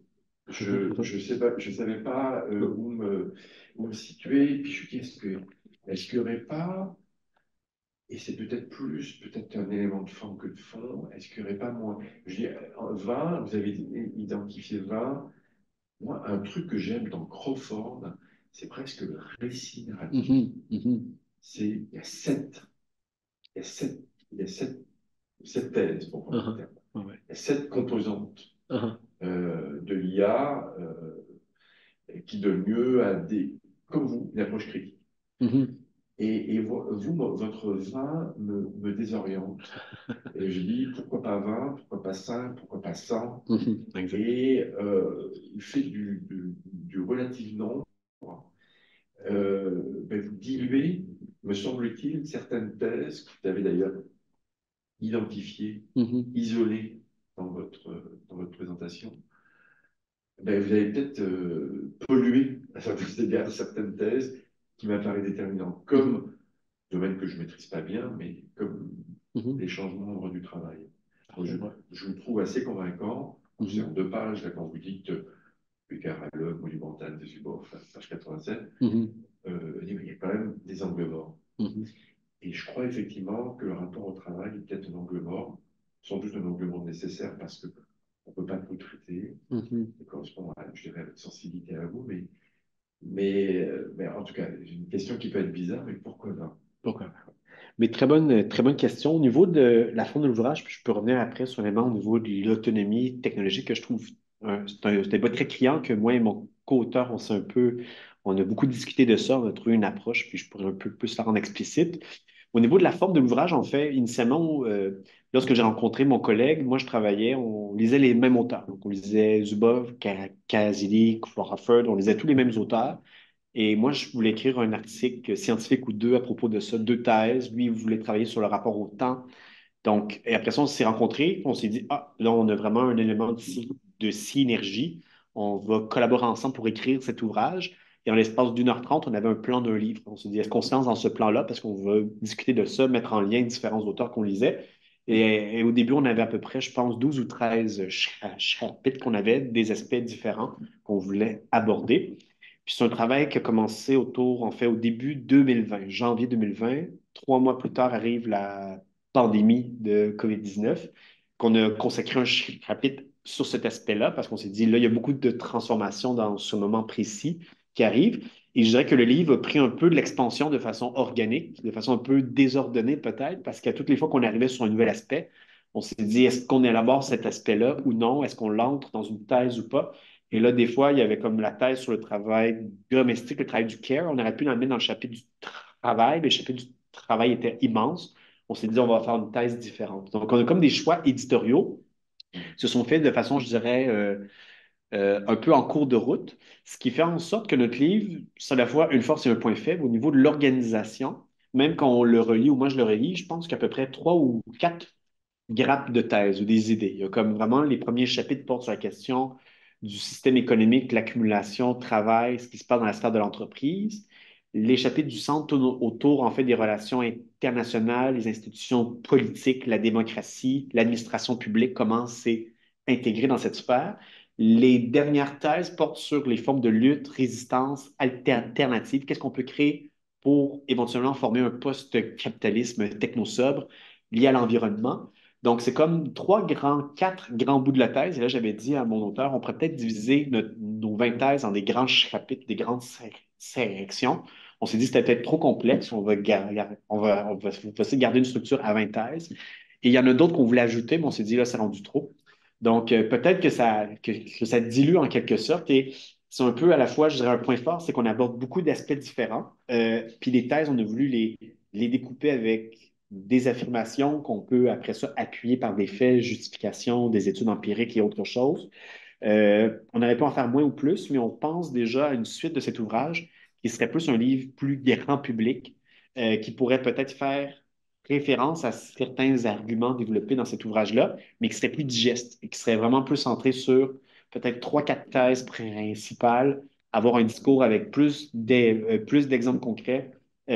Et on croit que notre livre n'est pas d'abord destiné pour le grand public, davantage pour des gens qui s'intéressent à l'IA notamment, mais qui veulent développer une approche critique ou qui ont déjà ces formes d'affinité critique, mais qui veulent approfondir leurs choses. Ou ce livre-là s'adresse aussi par des courants de théorie critique, notamment inspirés de Marx et d'autres, mais qui n'abordent pas les enjeux de l'IA. Donc, on trouve en fait, il y a beaucoup de points d'angle mort, disons, dans le champ des théories critiques qui n'abordent pas ces enjeux technologiques. Donc, on essaie de faire lier en fait ces deux formes de discussion ensemble. Donc, je dirais, je peux accepter la critique et le fait que ça rend la lecture plus compliquée d'une certaine façon, puis on a des systèmes de renvoi entre les thèses dans le livre.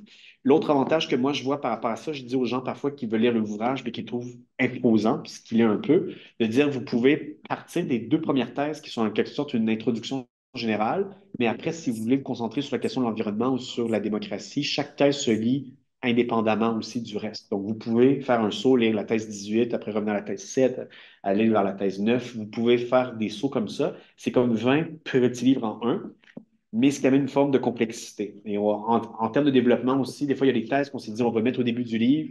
Finalement, on les a mis dans un autre ordre. Donc, je dirais qu'il y a un travail de bricolage au niveau de la forme qui fait qu'il est un résultat qui est imparfait, mais qu'on a jugé que c'était la meilleure disposition dont nous, on jugeait à ce moment-là lorsqu'il a été prêt le livre. Donc, ça ressemble un peu à ça, pour la forme.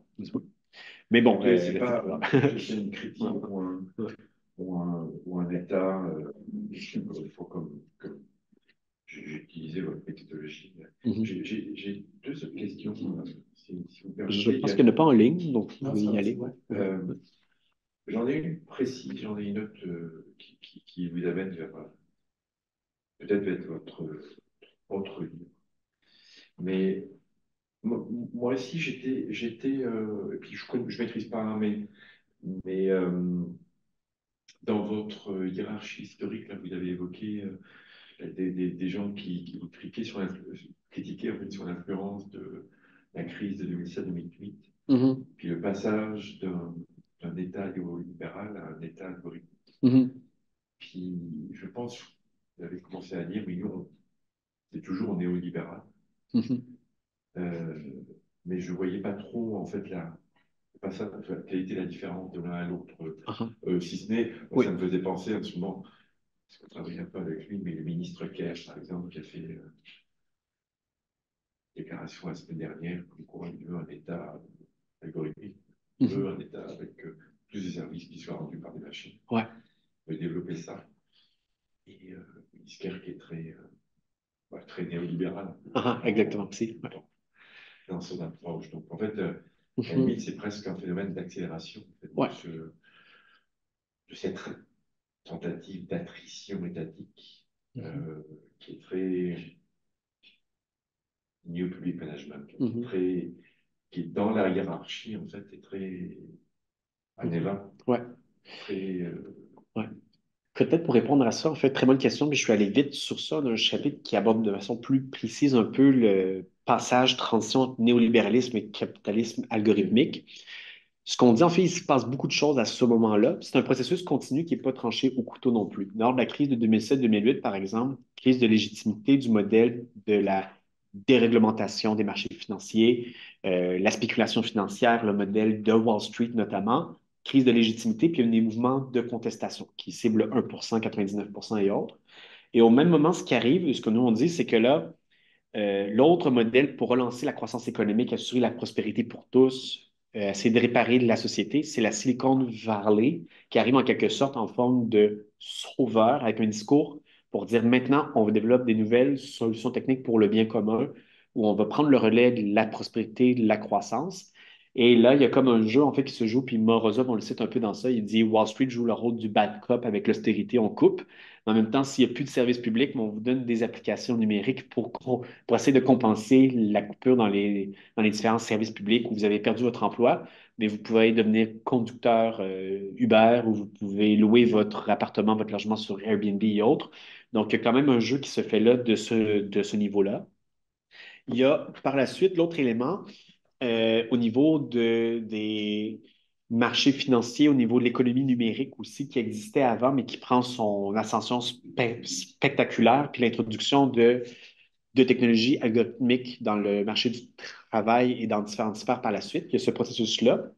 L'autre élément aussi qu'on amène dans le livre, on parle du néolibéralisme comme une forme de vision du monde, de subjectivité aussi. Un certain, comme Pierre Dardot et Christian Laval, parlent que le néolibéralisme est une forme de subjectivité de rapport à soi. L'individu se conçoit comme un entrepreneur qui doit gérer son capital, le faire augmenter, qui se conçoit comme un individu en compétition avec les autres, notamment. Donc, ça serait une forme de mentalité. Et nous, on dit que ça continue à exister, mais au même moment, émergent des nouvelles formes de subjectivité avec l'arrivée des plateformes numériques et de la logique algorithmique. Et là, il y a le mouvement, par exemple, du quantified self qui prend le relais aussi, notamment, qui n'a pas été si généralisé, mais le fait de se surveiller soi-même pour assurer sa performance dans différents contextes de la vie, notamment. Mais là, ça se combine à la logique néolibérale. Donc, comme je l'ai dit, c'est peut-être une accélération, une amplification de ce qui existait, mais il y a aussi une certaine transformation dans les différentes interactions humaines. Et là, ce qu'on dit, il y a un certain changement parce que, par exemple, le modèle néolibéral est très centré sur l'individu qui est en compétition, en concurrence avec les autres, avec le moi connecté qu'on amène, en fait, qui émerge davantage. Il y a l'idée qu'il faut plutôt être connecté aux autres pour pouvoir exister socialement. Puis, il faut collaborer davantage. L'idée de collaboration prend beaucoup plus de place. Puis l'idée qu'on va rechercher la reconnaissance d'autrui par nos interactions en ligne de plus en plus, qui va amener des transformations dans la subjectivité, entre autres. Et là, on a un chapitre où on aborde ça aussi dans les interactions humaines, dans les interactions intimes et affectives, l'arrivée des robots intelligents, comme des différents assistants personnels comme Replica, au niveau des interactions humain-machine, où on peut développer des formes de relations affectives avec des intelligences artificielles. Donc, nous, on considère que c'est en quelque sorte quelques balbutiements de nouvelles formes de subjectivité qui émergent, qui n'étaient pas celles du néolibéralisme, mais qui se surajoutent.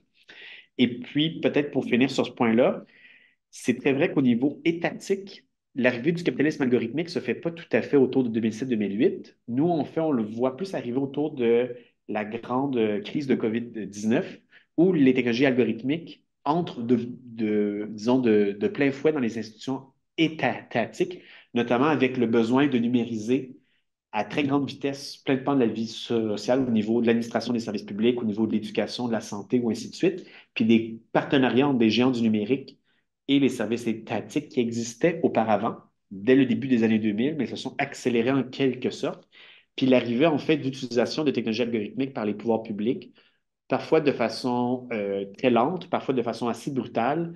Vraiment, il y a une accélération, puis cet état algorithmique se met en place. D'après nous, on commence à peine à voir cette forme-là. Ça n'a pas tout à fait commencé autour de 2007-2008. C'est plutôt depuis la crise de COVID-19 qu'on voit cet état algorithmique prendre forme. En France, notamment, on voit avec les Jeux de Paris, les systèmes de caméras de surveillance par surveillance algorithmique arriver à certains endroits. Ces choses-là, il y a 10 ans, peut-être, ça a été inimaginable, mais maintenant, ça arrive. Donc, c'est un processus continu et d'après nous, la forme de l'état algorithmique n'est pas encore achevée. En fait, il est en train de naître, on essaie de décrire pendant qu'il est en train de naître quelle forme ça pourrait prendre. Et c'est en continuité avec les États néolibérales, mais il y aurait des différences aussi. Et ce travail-là, on ne le fait pas assez de manière approfondie dans le livre. C'est une chose qu'on pourrait développer par la suite. Donc, c'est un peu pour dire ici, il y a plusieurs éléments parallèles qui se mettent en place. Pour nous, ce n'est pas une transition ici que les nouvelles disparaît en 2008. C'est plutôt quelque chose qui arrive dans une phase de crise, de déclin, puis quelque chose qui se met en place au même moment. Il y a une juxtaposition des deux, et là, le capital algorithmique est en train d'englober ce qui existait avant.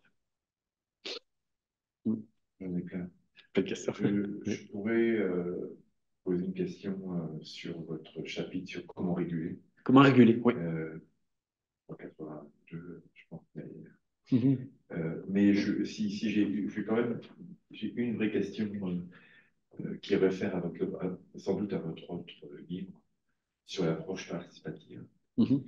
Parce que j'ai un double sentiment par rapport à cette approche participative.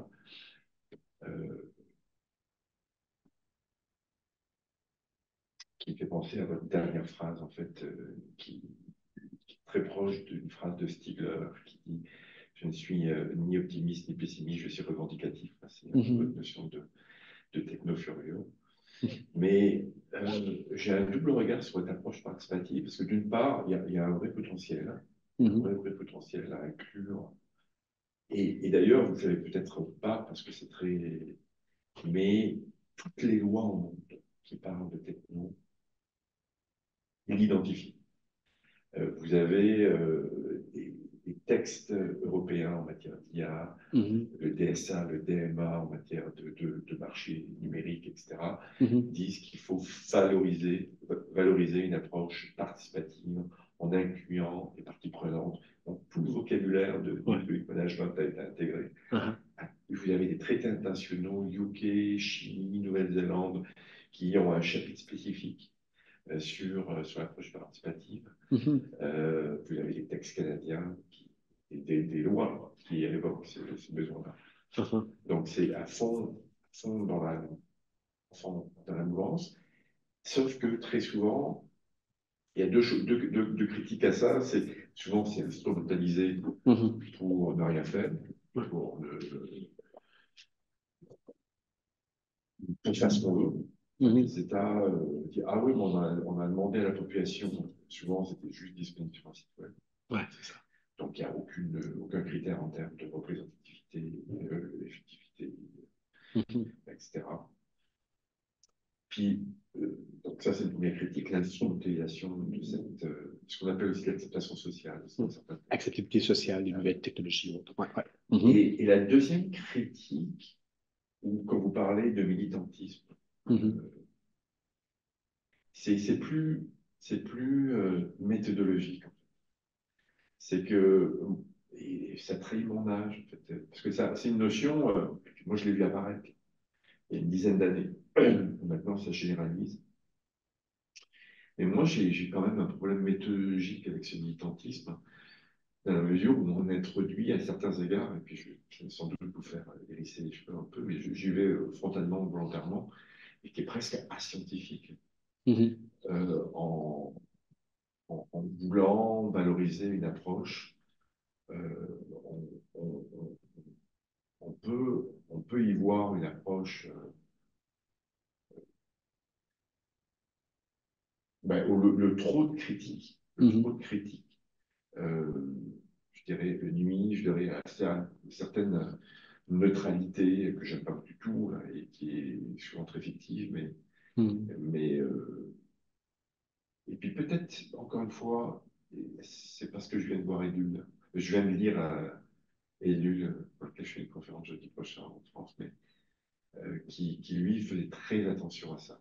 Genre, même si son dernier livre sur le bluff technologique en 86 est beaucoup plus revendicatif, mais il y avait certains égards une déclaration. Ah oui, mais ça, je ne l'ai pas testé. Ah oui, mais ça, je trahis, je tarie un biais interne, etc. Donc il y a et c'est très Stigler avec sa notion de pharmacon, où cette approche participative, c'est à la fois le poison et la solution, pour reprendre la notion du pharmacon. Je sais pas, Oui, ça te mais je plaît. peux rebondir sur ça aussi, mais ça mène sur plein de pistes différentes. Je pense que en fait, il y a beaucoup de choses au niveau de l'approche participative. On en parle un peu, mais c'est vrai qu'on l'aborde pas suffisamment. Non, non, j'ai lu que c'est La c'est un régulation, autre livre. un autre livre, c'est ça, mais ouais, c'est l'autre livre. Mais dans la réglementation de l'IA, pour nous aussi, en fait, il y a comme beaucoup de choses qui se font d'extrêmement intéressants. En même temps, c'est souvent des approches pour encadrer l'industrie dans les paramètres actuels. Puis, quand on parle d'intégration des différentes parties prenantes, ça inclut autant la société civile, c'est bien, l'industrie, d'autres types d'acteurs. Mais nous, on dit en fait en termes de qu'est-ce que ça amène comme résultat concret, quels sont les intérêts représentés.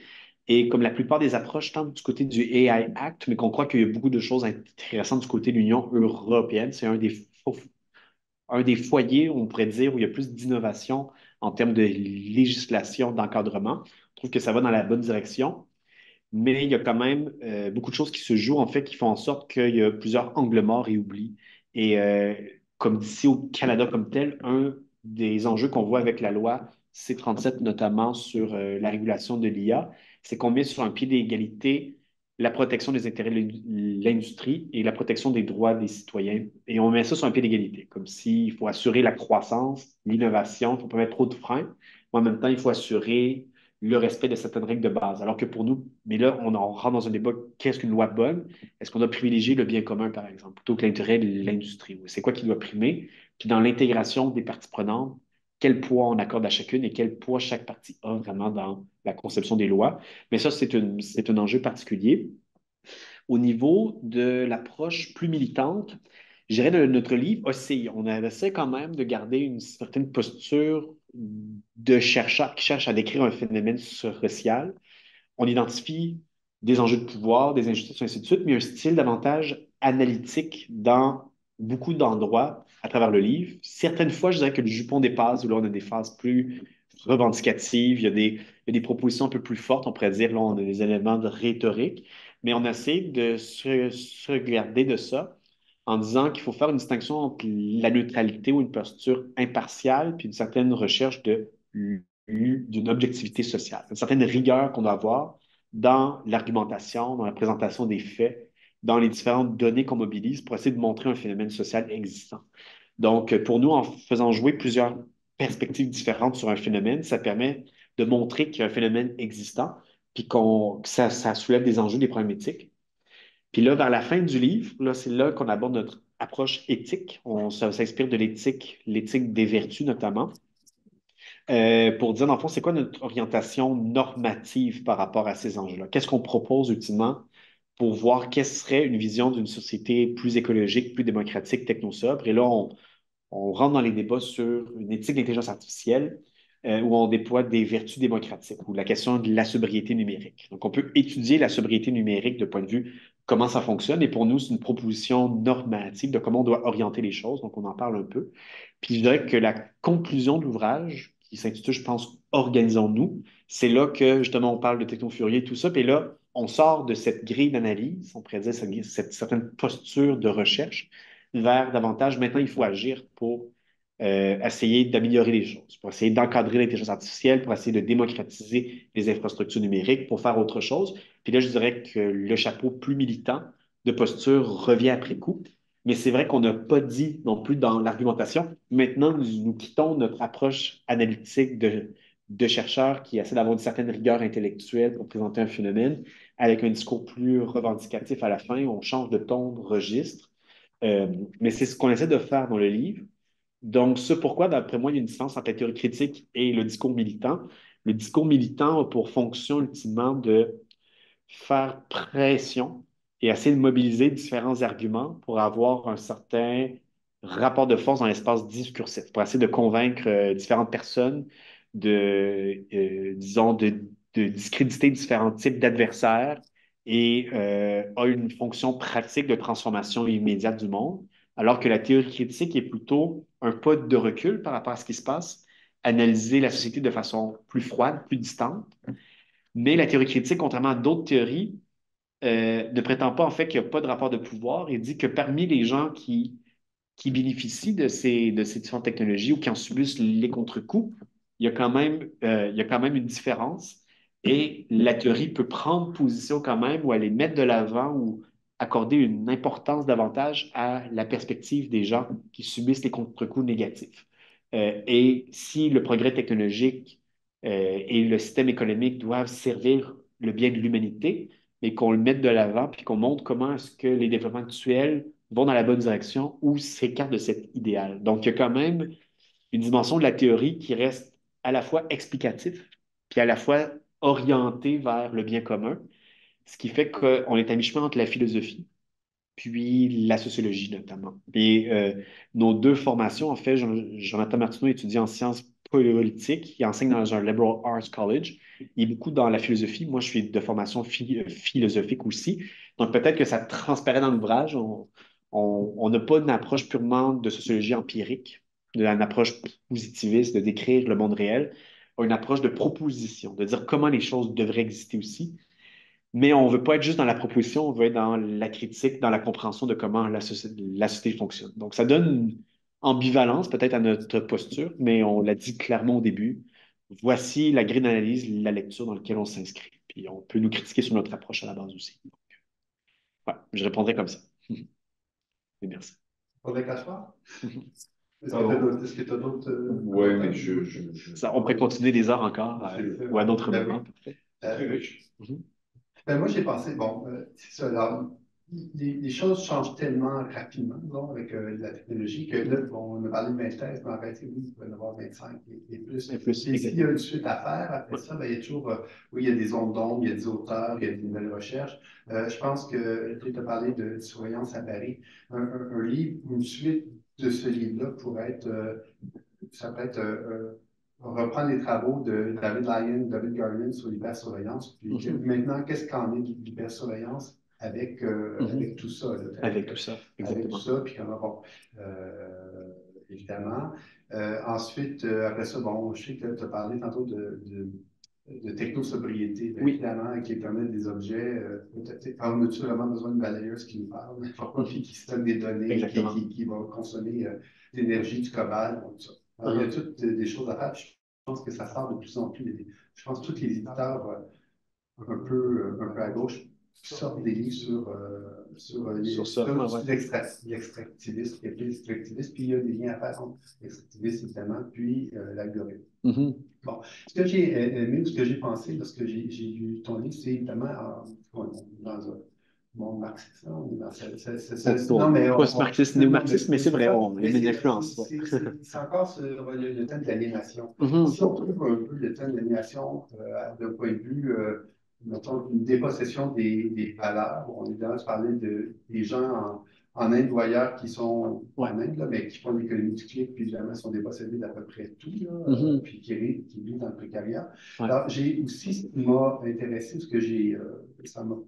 ce qui m'a parlé, c'est la dépossession au niveau, donc l'aliénation, mais ce n'est peut-être pas le bon terme, mais au niveau des savoirs, des connaissances des utilisateurs qui vont utiliser les plateformes pour obtenir des services, mais qui justement ne sauront pas ou ne savent pas lorsqu'ils font un clic qu'il y a un texte fantôme derrière, puis qu'il y a des objectifs, on sait tous qu'il y a des objectifs commerciaux, sauf qu'il y a justement, par le fantôme, il y a des versants cachés de tout ça. Exactement. Puis ça m'a parlé au niveau de ça, donc de cette dépossession d'une sorte de technique qui est associée au fantôme, au texte fantôme, d'une part, puis de l'autre part, c'est tout simplement ça, tu parles à un moment, vous parlez en faisant référence à Daniel Kahneman, qui parle de système de perception face tout cela.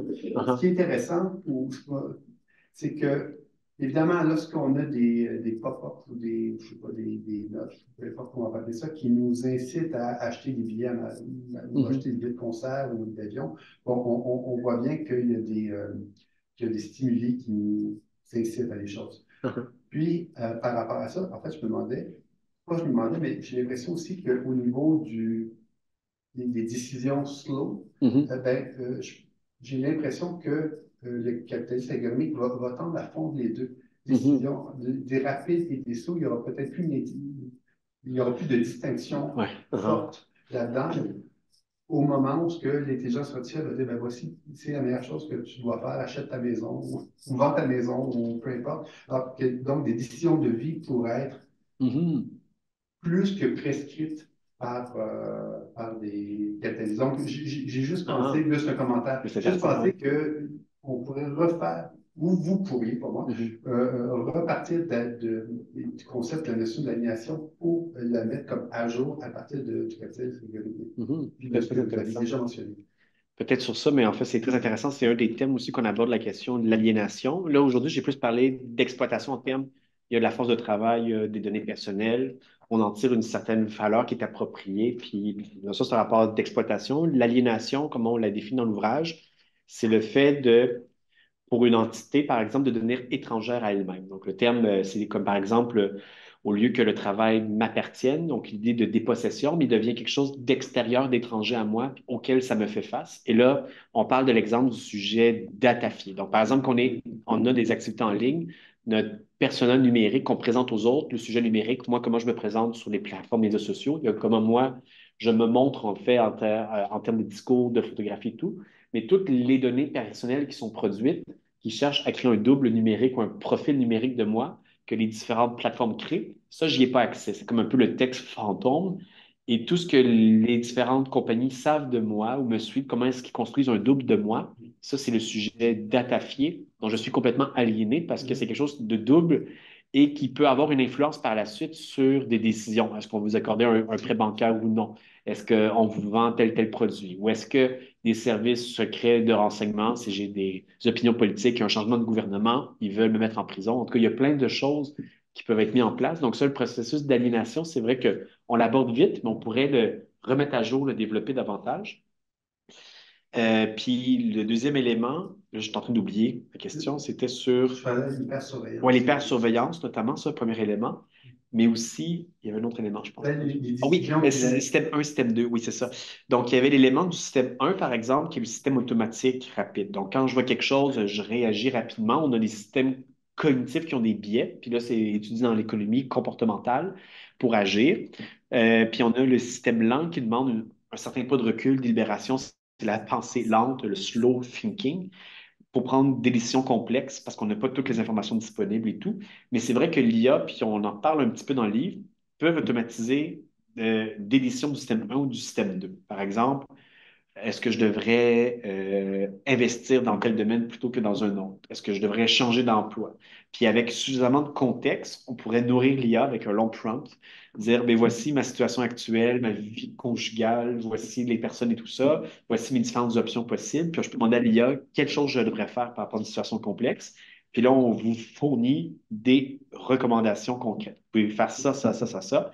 Puis des décisions de vie importantes peuvent être automatisées en quelque sorte. Mais après, c'est un choix éthique. Est-ce que je vais décider de suivre ce que l'intelligence artificielle me dit, au même titre que les gens peuvent prier Dieu, peuvent demander à Google, peuvent dire What would Jesus do in this situation, par exemple, avec l'éthique des vertus. Là, on pourrait demander à l'IA de dire ben, comment je devrais agir dans le monde. Et là, si de plus en plus de décisions complexes de vie, les gens décident de s'en remettre à des systèmes algorithmiques qui ont une bonne capacité d'analyser ce qu'on a fait dans le passé, de connaître nos préférences peut-être, connaître, du moins deviner nos comportements possibles, puis nous suggérer les choses qui nous conviennent en fonction de nos préférences. Le fait qu'on puisse entrer nos préférences de façon directe ou indirecte, puis qu'on pourrait dire, mais comment je devrais optimiser ma vie, disons, c'est quelque chose qui est l'intelligence artificielle, puis je suis sûr qu'il y a des applications actuellement qui vont dans cette direction-là, d'assistants personnels pour des choix de vie. Mais alors là, ça pose une question sur est-ce qu'on est libre ou comment est-ce qu'on va décider de qu'est-ce qu'une vie bonne? Donc, c'est un très bon enjeu, puis c'est vrai qu'on ne va pas creuser cette piste-là, mais c'est une piste existentielle très riche, en fait. On peut pas tout creuser. Exactement, ouais. Okay, On peut peut-être pour une suite, ouais. Mais c'est très, très intéressant.